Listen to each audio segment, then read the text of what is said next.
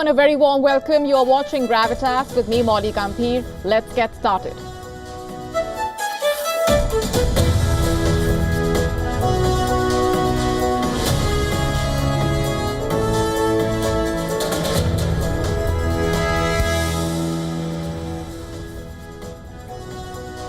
Our top story tonight comes from the United States. A lot has happened in the last few hours. We are telling you all about the latest in the aftermath of the Washington, D.C. shooting, the larger implications, and how it's triggered a major policy shift in America. This is coming up in just a bit for you. Also on the show tonight, where is former Pakistan Prime Minister Imran Khan is the question that's been doing the rounds. You must have come across that controversy, along with heightened concern and a series of allegations.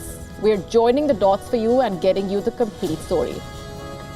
A crucial statement that shows how Pakistan is nervous following India's Operation Sindoor and is on an arms buying spree. We are telling you all about this, all this and lots more coming up.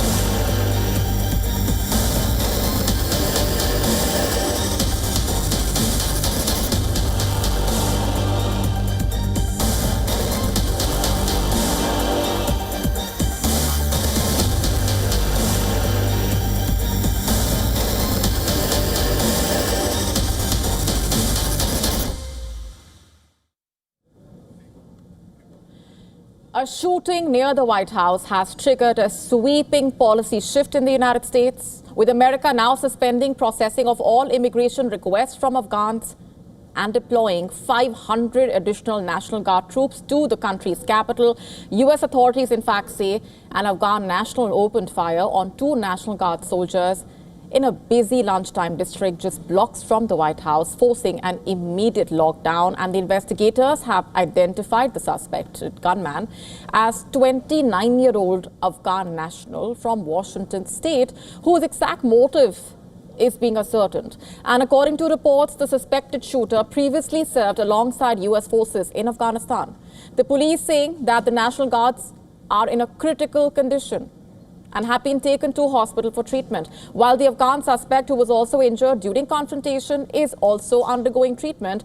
The fallout of the incident is already enormous. Within hours of the shooting, U.S. President Donald Trump ordered the Department of Homeland Security to suspend all Afghan immigration requests. He also demanded a review of every Afghan who has entered the U.S. in recent years. Listen to this first. Department of Homeland Security is confident that the suspect in custody is a foreigner who entered our country from Afghanistan, a hellhole on earth. He was flown in by the Biden administration in September 2021. We must now re-examine every single alien who has entered our country from Afghanistan under Biden, and we must take all necessary measures to ensure the removal of any alien from any country who does not belong here.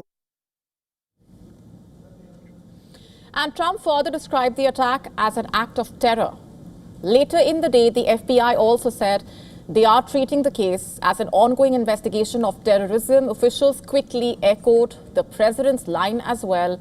The CIA director, in fact, blamed the 2021 U.S. withdrawal from Afghanistan and the Biden administration for allowing the suspect into the country. The CIA director has said the suspect entered the country because of previous cooperation with the U.S. government, including the CIA in Kandahar as a member of a partner force. But then here's the thing. Homeland Security Secretary reportedly said the Afghan national arrived in America in September 2021 and applied for asylum in 2024, which was granted the following year under the Trump administration. Now, in the aftermath of that shooting and Trump's directive, the US has now halted processing of immigration requests related to Afghan nationals, pending further review of security and vetting the protocols, and also the vetting protocols. But this sudden immigration freeze also places tens of thousands of Afghans in jeopardy in a way. As per reports, around 100,000 Afghan nationals were resettled across the US and Canada after the 2021 US pullout. The UK admitted 4,500 of the most vulnerable, while Pakistan took in roughly 700,000 more refugees after the Taliban takeover. The US, one of the major players in the longest period of turmoil in Afghanistan's history, is now closing its doors and labeling refugees as security threats. And that distinction matters because immigrants choose to migrate, refugees run for their lives, and Afghanistan's refugee crisis is not accidental. Washington has a major role in it after all. The cycle started in the 1980s when the US trained and armed Mujahideen fighters against the Soviet Union. It intensified through a 20-year military occupation starting in 2001. It culminated in the chaotic 2021 withdrawal that left the country collapsing into Taliban control. Afghans fled because of decisions made in Washington, yet now many are being treated as criminals in a way before they even step on US soil, and it does not end there. According to reports, the US Secretary of State has directed American diplomats to pressure allied governments in Europe, Canada, Australia, New Zealand to tighten their own borders, restrict immigration, and cite crimes recorded by immigrants. A shooting near the White House may have exposed security gaps, but the US response also raises a serious question. Is this about public safety or about abandoning the very victims of wars that America helped create?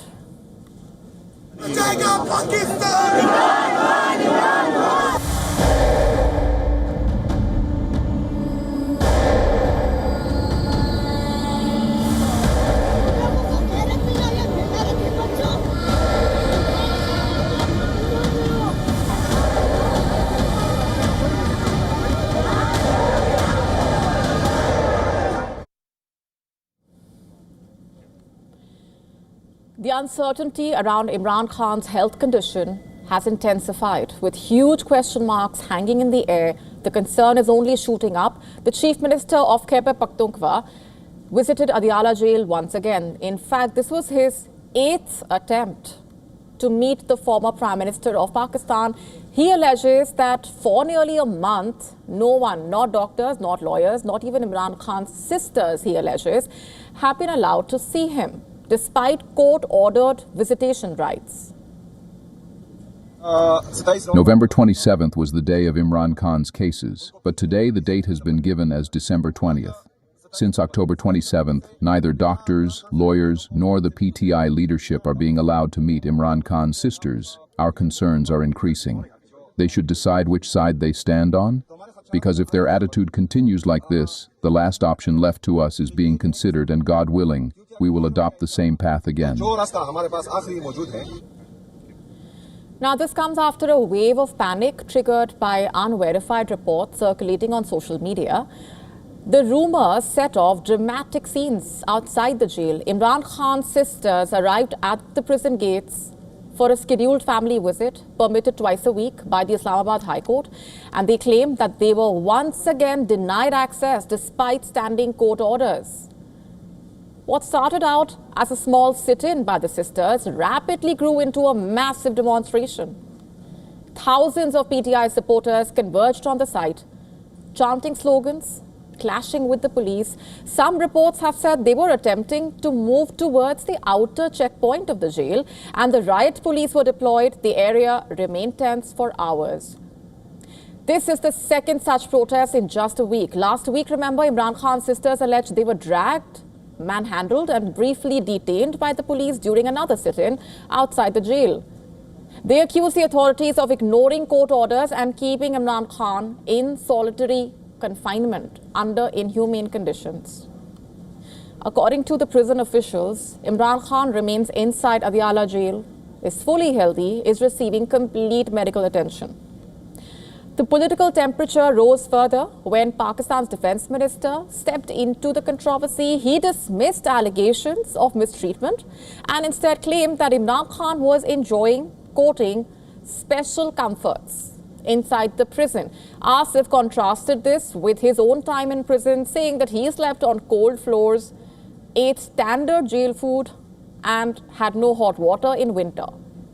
The comments have fueled even more political questioning, with Imran Khan dismissing the minister's claims as the propaganda. In fact, Imran Khan's side dismissing the minister's claim as propaganda. In a formal statement, the PTI has demanded an immediate, transparent clarification from the Interior Ministry.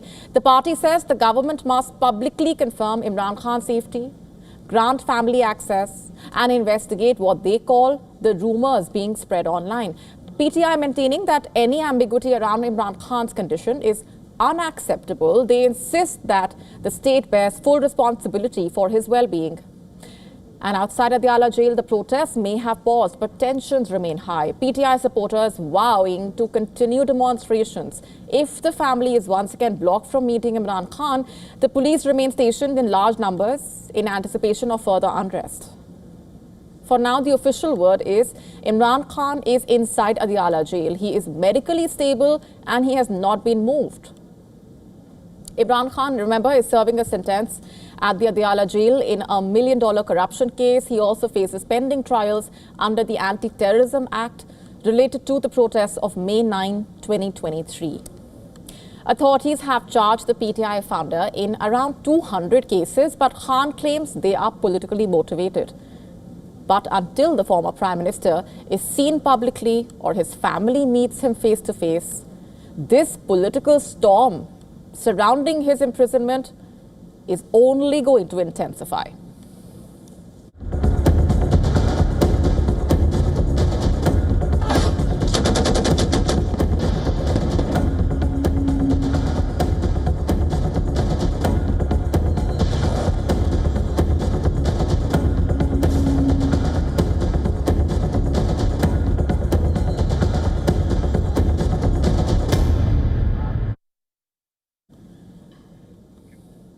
Pakistan is on a global weapons shopping spree, and India's top naval commander says this sudden rush to buy arms began immediately after Operation Sindoor, when Indian forces dismantled major terror hubs and punched holes in Pakistan's military infrastructure. Speaking at the Brahma Research Foundation's security conference, Vice Admiral K. Swaminathan said, I'm quoting, "The Pakistani army is shopping all around the world for arms and ammunition, with scant regard for anything else happening in that country. And its collusion with China is now undeniably overt in broad daylight," quote unquote. And he also called Operation Sindoor an inflection point, one that exposed Pakistan's vulnerabilities so starkly that Islamabad is now scrambling to rebuild capacity, even as the world increasingly rejects Pakistan's misinformation about the four-day clash that took place earlier this year. But New Delhi's concern is not just Pakistan's military panic buying. It is the overt and accelerating China-Pakistan military collusion at a time when China's navy is expanding at unprecedented scale and keeping a steady presence in the Indian Ocean. You see, the Indian strikes did more than eliminate 9 terror headquarters across Pakistan and Pakistan-occupied Kashmir. It also exposed the vulnerabilities inside Pakistan's own military bases, from damaged hangars to runway craters, leaving Islamabad scrambling to restock, rearm, and also reassure itself. And while New Delhi has kept the information it gave the public very precise and to the point since that operation started, the world has gradually started coming to terms with the lies that Pakistan spread during and immediately after that clash. And this week itself, even the French Navy dismissed Islamabad's bizarre claim that it had shot down Indian Rafales during the 4-day clash. Another example of Pakistan's misinformation collapsing under scrutiny. But the warning is clear. Pakistan's weapons buying binge is not happening in isolation. It is happening alongside an openly expanding military partnership with China. Remember, China today fields the largest navy in the world, a fleet that grew to the size of the Indian Navy in barely a decade and continues to expand aggressively. It has commissioned the Fujian, its third aircraft carrier, and continues to showcase advanced fifth and sixth generation fighter jets as part of its global power projection. More concerning for India, China is maintaining 5 to 8 warships in the Indian Ocean region at any given time, a presence that signals long-term strategic intent, not routine deployment. And against this backdrop, Pakistan's sudden rush to procure arms and ammunition from multiple countries has become a fresh strategic challenge. But Pakistan's weapons rush is not the only new concern. Vice Admiral Swaminathan also flagged a fresh external actor, accelerating Islamabad's military ambitions, Turkey. He said Turkey's emergence as a key sponsor, supporter and supplier to Pakistan is a development that New Delhi must monitor closely. This backing, long suspected, has now become undeniably visible. And both Turkey and China openly supported Pakistan during Operation Sindoor, another signal that Islamabad's military network is widening at a time when Pakistan is scrambling for arms. And reflecting on the conflict, he said Operation Sindoor showcased the highest level of synergy across the Indian Army, Navy and Air Force. The strikes were well planned, well coordinated, executed with precision, hitting the chosen targets across multiple domains.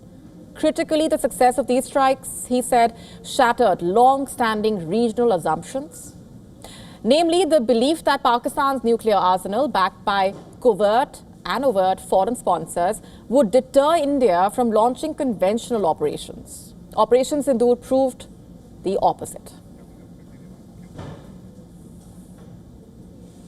And here's a quick look at what else is lined up for you on the show tonight, getting you a detailed ground report on Hong Kong's deadliest fire in years and the questions that have followed in the aftermath. That's coming up next.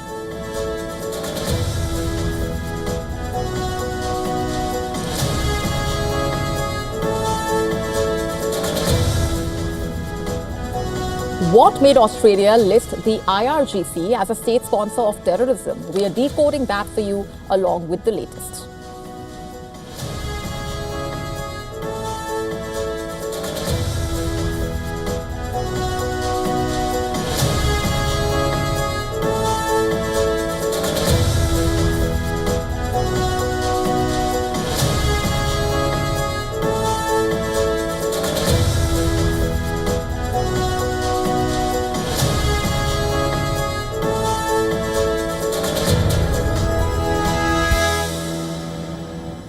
A devastating fire tore through a Hong Kong high-rise residential complex, killing at least 75 people, with nearly 300 still missing. The residential complex is located in the northern district of Tai Po. The area is home to some of the world's most densely populated and tallest residential blocks. This complex is made up of 8 31-story towers. It contains about 2,000 flats. And there was renovation happening at the time, about 4,800 people living there. The fire was first reported at 2:52 in the afternoon, that's 6:52 a.m. GMT to be precise. The exact cause of that fire still remains unknown, but officials are saying it started on the external scaffolding before spreading to 7 of the 8 buildings. In fact, the fire spread quickly across the bamboo scaffolding and the construction netting that had been set up around the buildings. Hong Kong is one of the last places in the world where bamboo is widely used for construction. Investigators also found packaging foam at the site, which they said was highly flammable and could have contributed to the quick progression of that fire. Investigators are already probing the installation of flammable materials during the construction on the buildings as a potential factor in the dramatic escalation of that fire. Police arrested 3 men from the construction company involved, accusing the firm of gross negligence. Hong Kong is one of the most densely populated places in the world. It's 7.5 million residents, are squeezed into islands covered in steep hills. According to a tracker from the Council on Tall Buildings and Urban Habitat, Hong Kong has 569 buildings above 150 meters, the most in the world. On an average, more than 7,100 people live in per square kilometer of land there.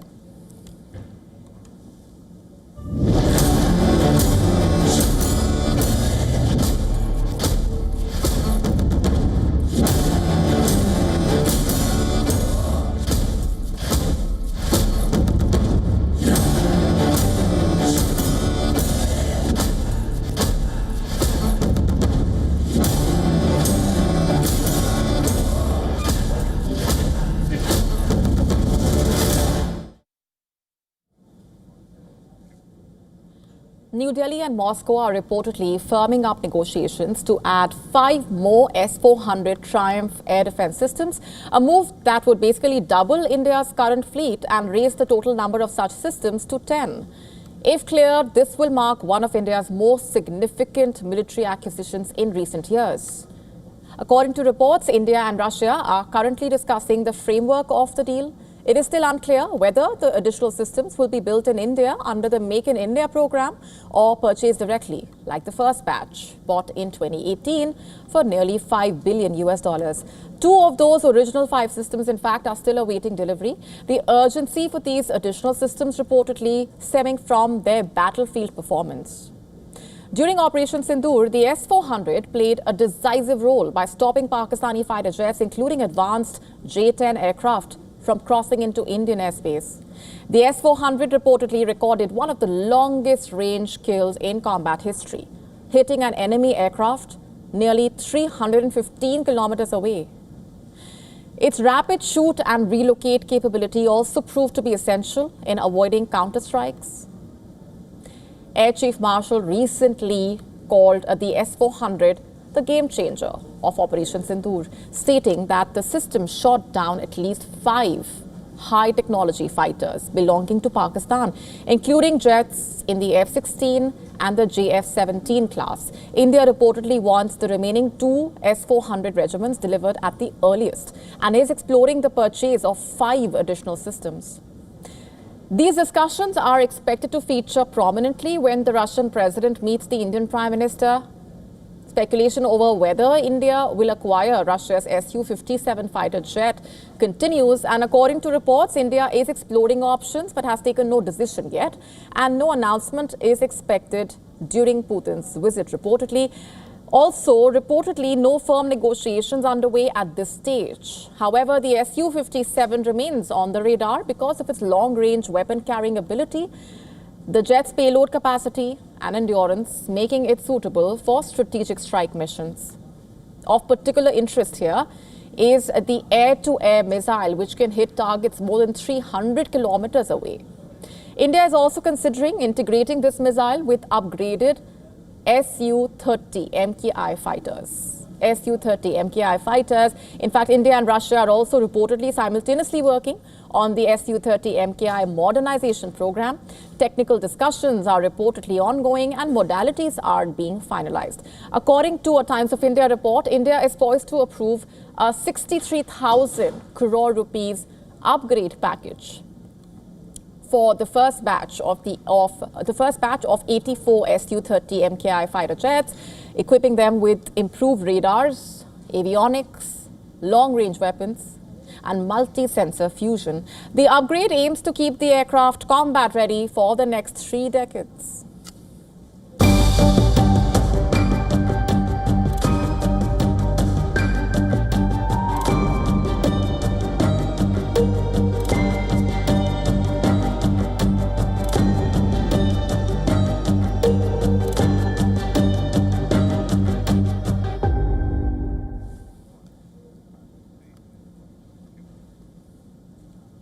Poland is rearming at a scale not seen in Europe since the end of the Cold War, and its message is unmistakable. It is preparing for a long, hard security reality shaped by Russia's Vladimir Putin. Warsaw announced two major weapons deals that together redefine its defense posture, a record purchase of American Apache attack helicopters and a landmark submarine agreement with Sweden Saab. And both deals, in fact, speak to one thing. Poland wants to become among NATO's most powerful frontline states on the eastern flank. The first announcement came from Boeing. The United States has cleared the sale of 96 AH-64E Apache attack helicopters to Poland, the largest ever order of Apaches by any country outside the United States. The deal is worth $4.7 billion and deliveries are expected to begin in 2028. Poland already leases 8 Apaches from the US Army, and its pilots and technicians are training on the platform. The Apache is among the most capable attack helicopters in the world, a battlefield workhorse in the United States, Australia, India, Morocco, multiple armies. More than 1,300 Apaches operate globally. For Poland, this fleet of 96 aircraft will fundamentally shift its ability to strike, to support ground operations, and to deter Russian advances from Belarus or Kaliningrad. The Pentagon announced this as part of a broader set of Boeing contracts totaling over $7 billion, underscoring the scale of America's defense backing for Warsaw. But the Apache deal was only half of Poland's defense surge. Warsaw has also confirmed that Sweden Saab has been selected to supply A-26 next-generation submarines, a multi-billion-dollar acquisition under Poland's program, and the contract, estimated at $10 billion, or about $2.7 billion, is set to transform Poland's undersea warfare capability in the Baltic Sea. The A-26 is one of the most advanced conventional submarines in the world, designed specifically for seabed warfare, special operations, and stealth missions in shallow, complex waters like the Baltic. Sweden will also provide a gap filler submarine to train the Polish crews and has committed to buying armaments from Poland. As part of a broader strategic cooperation agreement, for Sweden too, this is a big deal, as this is the first submarine export order since 2014. A major signal of its role in Baltic security. And now, as a full NATO member, Sweden's defense minister has said this deal creates a common system for underwater operations in the Baltic Sea and strengthens interoperability with Poland and Britain, a triad of navies whose coordination is now seen as central to countering Russian undersea threats. The timing is also crucial here.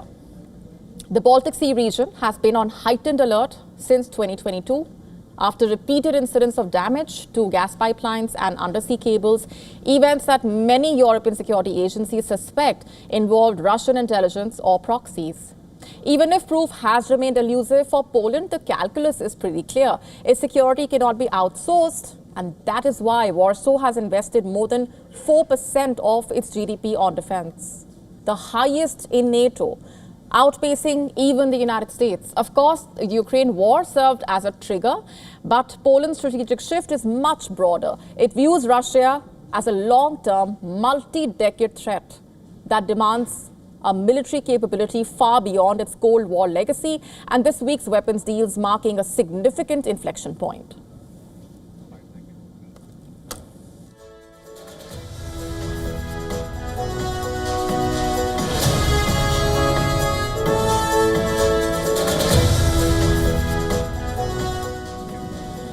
Nuclear-armed France, after 30 years, is reintroducing military service for the youth. The German Chancellor pledging to build Europe's strongest army as Trump sidelines Europe and is engaging with Moscow and Kiev to end the war. From Paris to Berlin, the continent is arming itself for a storm.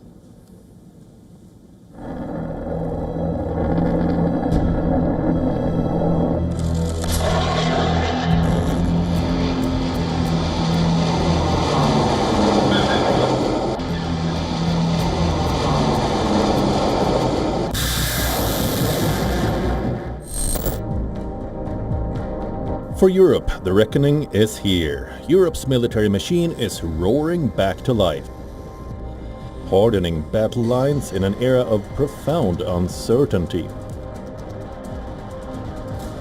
The game has changed. For decades, peace was a dividend. Now security carries a steep price tag.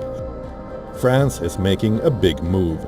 President Macron launches a dramatic drive to reintroduce military. Macron's words are sharp. This is not training, it is readiness. Un nouveau service national. A new national service will be instituted gradually starting next summer. This service has three specific objectives: to strengthen the bond between our nation and our army, to enhance our nation's resilience, and to consolidate the training of our young people. A stark warning from France's new army chief about the country losing its children in a potential war with Russia. The military will persevere in their missions if they feel the country is behind them. If our country falters because it is not ready to accept the loss of its children, because, let's face it, things need to be said, to suffer economically because priorities will shift to defense production, for example, then we are at risk. France is not alone. Berlin is rearming on a scale not seen for a generation. Germany targets 260,000 active soldiers, boosting troop numbers by 80,000, plus another 200,000 reservists ready for deployment by 2035. This is no incremental rise, it is a total re-engineering. It's not just France and Germany, all NATO nations are bracing themselves. The Baltics scramble, Estonia doubles its defense spend, Lithuania bolsters its conscripts, Latvia extends military training. Sweden, fresh in NATO, invests warplanes, missile batteries, cyber warriors. Finland sharpens its edge, touting rapid mobilization as its trump card. Poland too beefs up arms imports and pushes for NATO deployments near the frontier. Spain upgrades digital warfare and naval patrols. Even Switzerland quietly expands its citizen soldier program. The logic is brutal and bare. Europe fears a new war, not because it wants one, but because it cannot afford to lose one. As the first recruits strap on combat boots and the first deliveries of hardware roll out, the continent stands at a crossroads. Defense lines, once silent, now crackle with energy. Europe may yet avert fire, but it's no longer counting on luck. It's preparing.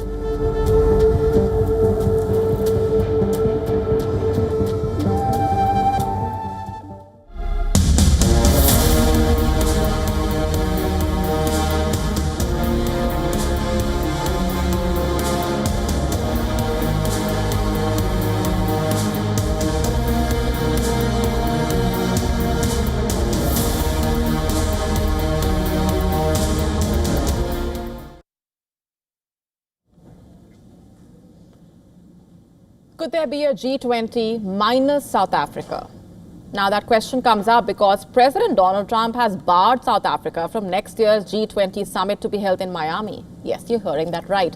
In an unprecedented move against a founding member of the Global Economic Forum, and a decision that South Africa says is punitive, misleading and fundamentally dangerous for international cooperation, the US, as the president of next year's summit, has decided to bar the country after months of the escalating tensions between the two sides, a decision that is now being seen as a bid to silence Africa's most industrialized economy.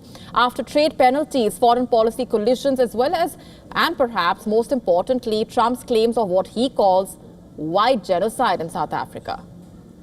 In fact, South Africa, in a sharply worded statement, has said today that it does not take orders from any country, and that its membership is decided by the collective G20, not by Washington. It called Trump's actions punitive and rooted in misinformation and distortions, adding that President Cyril Ramaphosa has repeatedly tried to reset ties with the US, but that Trump continues to base policy on falsehoods, they allege. Now, let's just take a step back here. This crisis began brewing last week in Johannesburg when the US boycotted the G20 summit entirely, a diplomatic slap to the host nation, South Africa. and in turn refused to hand over the presidency to a low-level US representative, insisting that Washington send someone at the right level. And then a low-key transfer happened. But clearly the damage was already done. US President Donald Trump now saying South Africa is not worthy of membership anywhere, and claims again, without evidence, that white farmers are being systematically targeted, he claims. Accusations that US and South African officials have reportedly dismissed as false. Remember, earlier this year itself, Trump shocked the international media along with the South African delegation visiting the White House when he presented his case, playing videos for Ramaphosa that he said were proof of the genocide. He has also slapped 30% tariffs on South African goods since the highest levied on any sub-Saharan country. And this is not just about domestic politics. The two nations have clashed on global issues, from climate cooperation to trade reforms to South Africa's case against Israel at the International Court of Justice. But what does that mean for the G20 is the immediate question. The G20 is not an invite-only club run by a single country. After all, it's a formal grouping of the countries.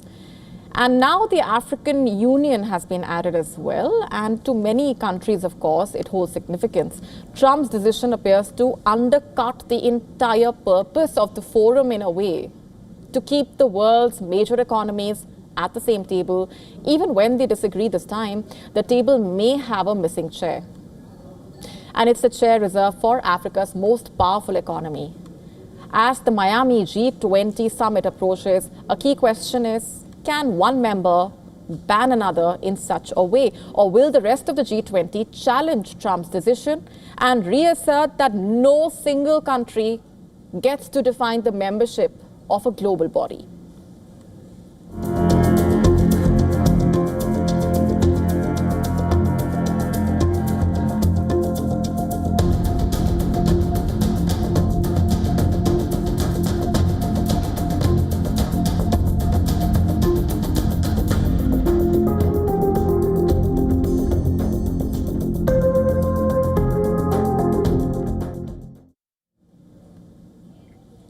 Australia has officially designated Iran's IRGC as a state sponsor of terrorism. The foreign minister there announced this decision following an assessment by intelligence and security agencies, linking the group to attacks targeting Australia's Jewish community, reportedly.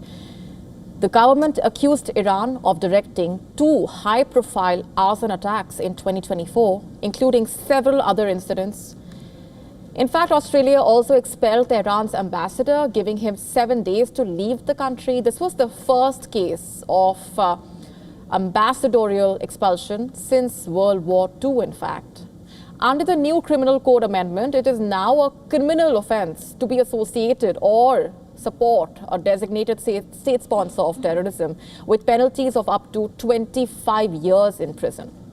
The move also empowers Australian police and intelligence agencies to combat extremist activity domestically. The IRGC itself is one of Iran's most influential institutions, reporting directly to the supreme leader. It controls Iran's ballistic missile program and commands the Quds Force, which reportedly operates regionally with groups like Hamas and Hezbollah. Established after the 1979 Iranian Revolution, the IRGC has evolved into a highly organized military and security force. With an estimated 190,000 personnel, this parallel army group also reportedly trains proxy militias across West Asia to wage local conflicts and also carry out attacks on Jewish community, reportedly. Concern over Iranian interference coming amid a sharp rise in anti-Semitic attacks across Australia since 2024. From graffiti at Melbourne's largest Jewish school to arson attacks on synagogues and community buildings in Sydney, the threats have only escalated rapidly. Australian authorities, in fact, have reported more than 2,000 anti-Semitic incidents since 2024.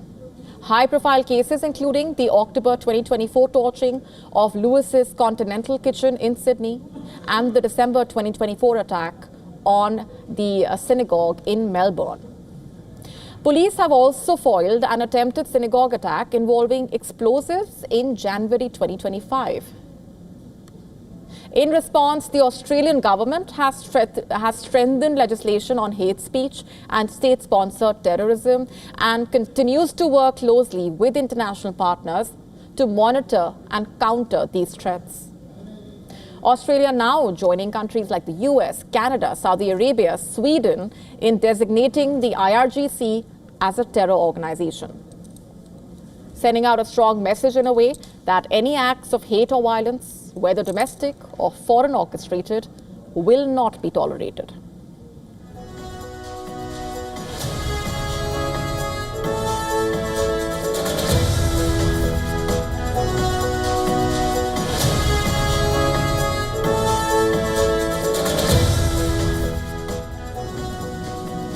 This Sunday, Switzerland will be voting on replacing men's current military service requirement with a compulsory civic duty for all. As part of Switzerland's direct democratic system, voters will also be weighing in on whether to slap new taxes on the super rich or help finance the country's efforts against climate change. Neither initiative is expected to pass, according to recent polls, but they have generated significant discussion in the wealthy nation. In fact, the Swiss government and parliament have urged voters to reject the two items, charging they would entail huge costs and could also threaten the economy. The so-called civic duty initiative initially garnered quite a broad backing, but its support has crumbled in recent weeks reportedly, with the latest survey showing 64% of those polled were opposed, and the committee behind the initiative maintaining that requiring every Swiss citizen, regardless of gender, to carry out national service in the army or in a civilian capacity would only strengthen the social cohesion. Today, able-bodied men in Switzerland must serve in the military or complete civilian service. Women volunteer if they choose. The proposal on Sunday would replace this with a gender-neutral system that basically assigns every citizen a role: military, civil protection, or social service. Supporters arguing this is not only fairer but also necessary. Switzerland's volunteer numbers have been falling and the military faces personnel shortages.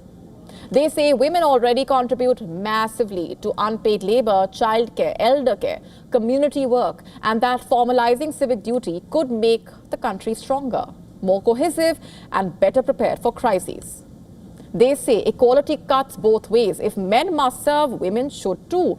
Shared responsibility strengthens society, quote unquote. But critics are warning that the proposal adds more burden to women who already carry out the majority of domestic and care work.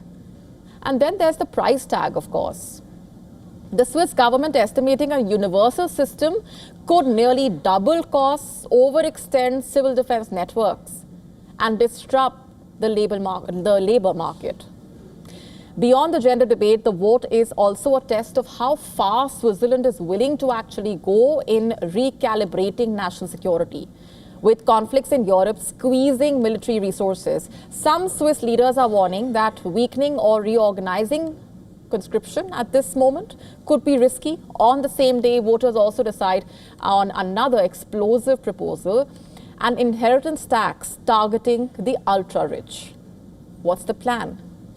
A 50% tax on inheritances above 50 million Swiss francs, with proceeds earmarked for climate action. Backers are saying Europe's wealth gap is widening and the richest households must fund climate adaptation. Opponents say the tax would drive wealth and capital out of Switzerland. Business groups are warning it risks destabilizing the country's carefully balanced economy, known for attracting global investment. Polls ahead of the vote showing both measures facing strong resistance. But the debate itself has exposed deep divides over gender roles, over national security, over social fairness, and over who should be footing the bill for climate responsibility in a wealthy, aging nation. Whichever way the vote actually goes, Switzerland's decision will be making its impact felt far beyond the country. Is compulsory civic duty for all the future of equality is the big question.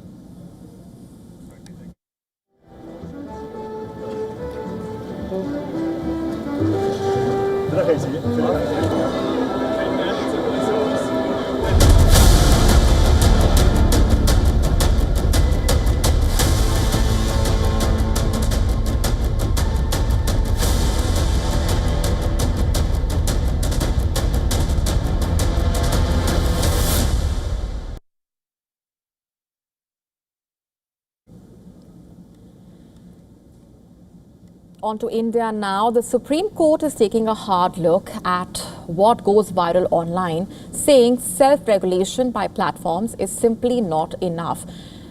In fact, the bench questioned whether some form of age verification, even using Aadhaar, might be necessary to keep obscene or perverse content away from impressionable eyes. The court was hearing a controversial case involving popular YouTubers Ranveer Allahabadiya and Samay Raina, who have come under fire for their comments on a show and the questions that have been raised as a result. The Solicitor General, in fact, warned that the problem goes far beyond silly jokes. He called it perverse content that floods the internet, where millions of unsuspecting users can consume it instantly, long before authorities can react. The Chief Justice of India asked the question on every parent's lips: if creators are completely unaccountable, who is really watching? Justice Bakshi added that once this content is online, it spreads like wildfire, and the current self-stylized checks by platforms are simply ineffective. The Supreme Court suggested the idea of an independent, autonomous regulator, a body that will be neutral to both the government and the industry, with experts from media, law, technology, to keep the internet in check. The bench also addressed the sensitive issue of content targeting vulnerable communities. Comedian Samay Raina and others were asked to organize events showcasing the achievements of persons with special abilities, with the court stressing that respect and dignity cannot be ignored. In an age where content goes viral in just about seconds, the case of that controversial show highlighting a crucial question as well. How does one balance freedom of speech with accountability as well and protect society without stifling creativity?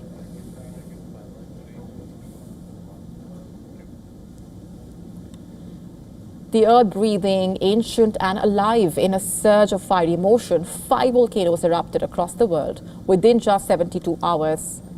We are witnessing the planet's restless pulse, a dramatic display of nature's power that commands our attention. Is there a hidden signal which our planet is sending out? Our next report decoding that for you.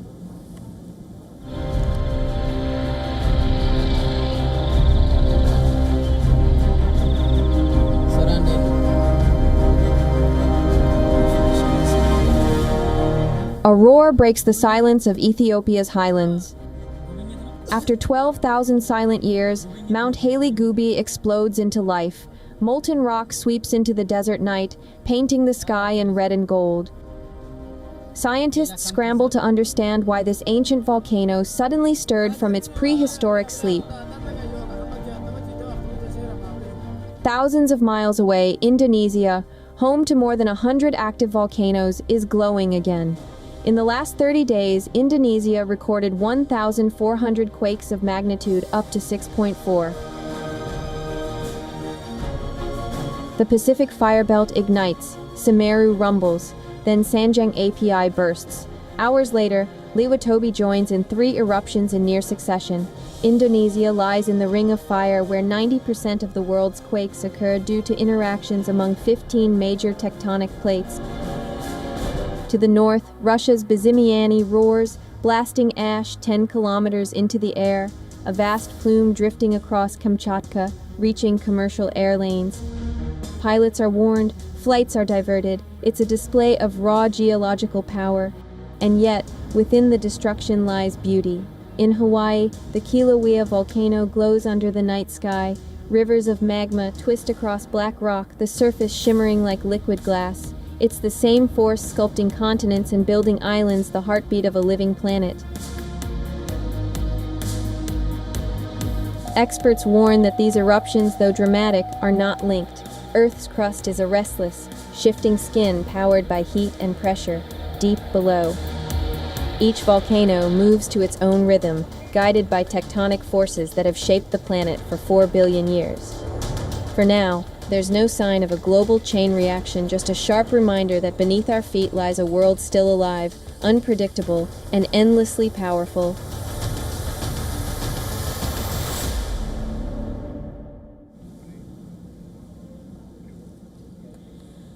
It is the universe's greatest secret, the invisible web holding all of creation together. For nearly a century, we have sought its signature in a way, and now from the heart of our own galaxy, science believes it has finally caught a glimpse.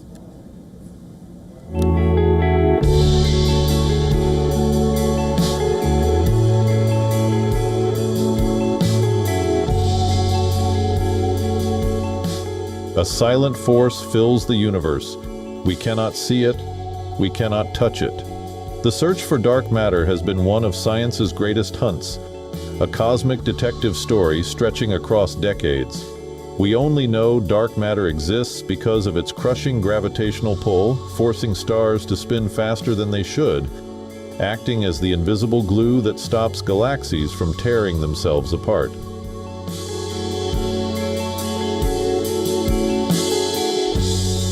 The universe is expanding. That means the distance between any two particles in the universe will be increasing. So that is expanding. And what has been found 27 years ago is this expansion is accelerating. So the distance will be ever increasing. And that has been the standard model during the last 27 years. And so what caused this expansion? And so probably the imaginary dark energy is pushing all the galaxies and the particles in the universe. But we still do not know the nature of dark energy.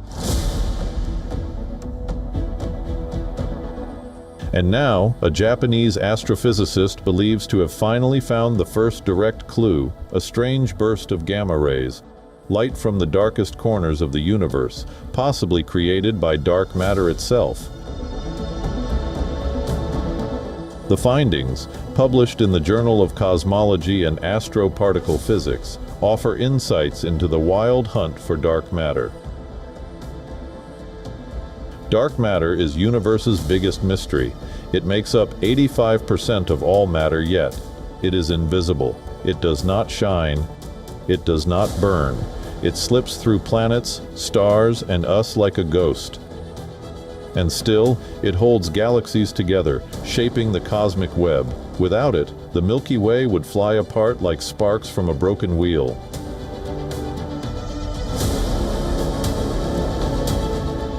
For decades, scientists have built million-dollar detectors deep underground, chasing a particle they cannot see.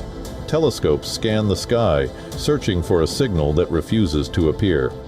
Now, in the new research, detailed analysis of the gamma-ray signature shows a pattern. No ordinary astrophysical object can explain. The energy spike is sharp, clean, unusual. Exactly what theories predicted if dark matter particles smashed into each other at high speed. It is not proof, not yet, but it is the strongest hint humanity has ever had. A door has opened. For the first time, the dark may be speaking back. Bureau Report. WION World is one.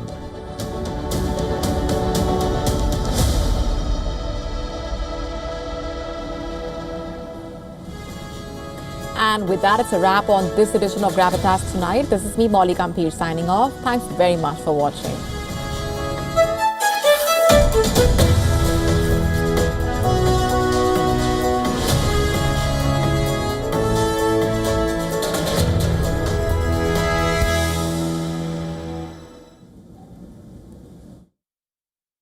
WION, India's global voice, the channel that brings you the biggest stories from across the world through India's lens. Now available in more than 190 countries worldwide. Because we believe that the world is one. Watch us in Africa, Europe, USA and Canada, South America, Asia Pacific, Middle East and North African regions. Also available on these digital platforms across the world. WION. World is one. Where darkness hides behind every corner. Where the truth is stranger than fiction. A show that dives deep into the stories which shock and mystify. Unsolved murders. psychopaths who defy explanation, international war crimes, and millions swindled in financial fraud. The victims, the accused, and the sinister plot. Crime is your front row seat to darkness.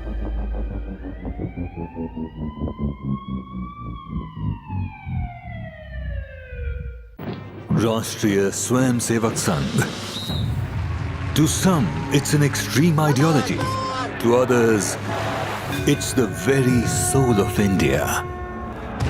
To some, it's rebellion.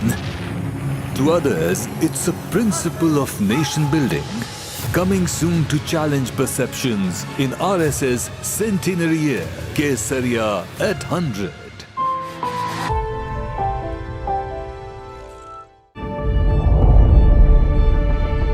The Earth is sending distress signals. Wildfires, droughts, and melting glaciers. Can we reverse the damage? Explore the harrowing effects of climate change. It's a wake-up call. Global emergency. Climate Tracker on WION World is One. From the bustling trading floors of Wall Street to the vibrant exchanges of Asian stock markets, WION breaks it down for you to make sense of what's happening. As we reveal the key factors behind events, strategic battles, and the game-changing business decisions that shape the world. We bring you all of this and more on World Business Watch. Where darkness hides behind every corner. Where the truth is stranger than fiction. A show that dives deep into the stories which shock